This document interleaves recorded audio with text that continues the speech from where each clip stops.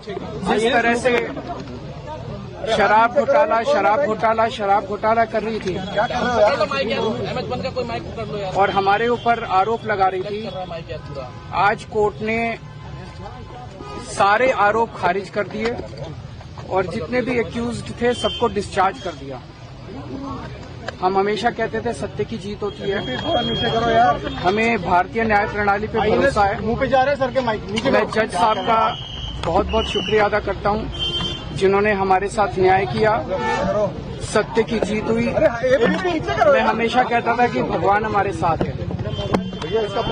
मोदी जी ने और अमित शाह जी ने मिल के आजाद भारत का सबसे बड़ा राजनीतिक षड्यंत्र रचा। आम आदमी पार्टी को खत्म करने के लिए आम आदमी पार्टी के सबसे बड़े 5 नेताओं को जेल में डाल दिया गया।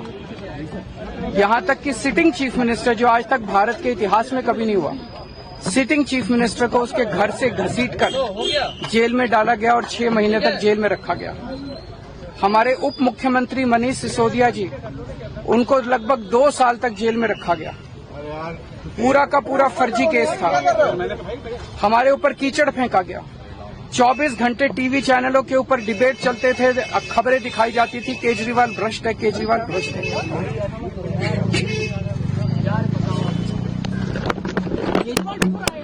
अरे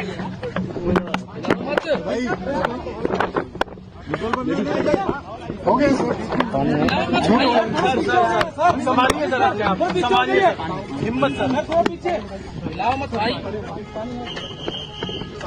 ये केजरीवाल भ्रष्ट नहीं है।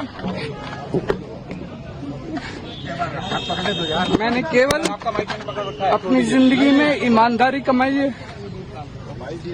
इन्होंने झूठा केस लगाया और आज ये साबित हो गया। कोर्ट ने कहा है कि केजरीवाल कट्टर ईमानदार है, मनीष सिसोदिया कट्टर ईमानदार है, आम आदमी पार्टी कट्टर ईमानदार है। मैं प्रधानमंत्री जी से कहना चाहता हूं, सत्ता के लिए इस तरह से खिलवाड़ मत कीजिए देश के साथ, इस तरह से संविधान के साथ खिलवाड़ मत कीजिए।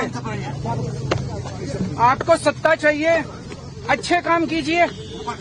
आज देश के सामने इतनी बड़ी बड़ी समस्याएं हैं, महंगाई है, बेरोजगारी है, पूरे देश में सड़कें टूटी पड़ी है, चारों तरफ पोल्यूशन ही पोल्यूशन हो रहा है, चारों तरफ देश में इतनी समस्याएं हैं। उन समस्याओं का समाधान करके सत्ता में आइए ना। केजरीवाल पे, आम आदमी पार्टी पे झूठे केस क्यों करते हैं?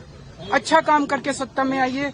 इस तरह के झूठे केस करना और 24 घंटे विरोधियों के, विपक्षियों के खिलाफ ऊट पटांग के केस करना, उनको जेल में डालना, ये एक प्रधानमंत्री को शोभा नहीं देता। इससे देश आगे नहीं बढ़ेगा। देश आगे तब बढ़ेगा जब जनता की समस्याओं का समाधान किया जाएगा। कोर्ट ने सीबीआई के ऊपर आज एक बार फिर गर्व हो रहा है देश के संविधान पर, बाबा साहब अम्बेडकर पर, जिन्होंने इतना शानदार संविधान दिया और सत्य की जीत हुई है। सर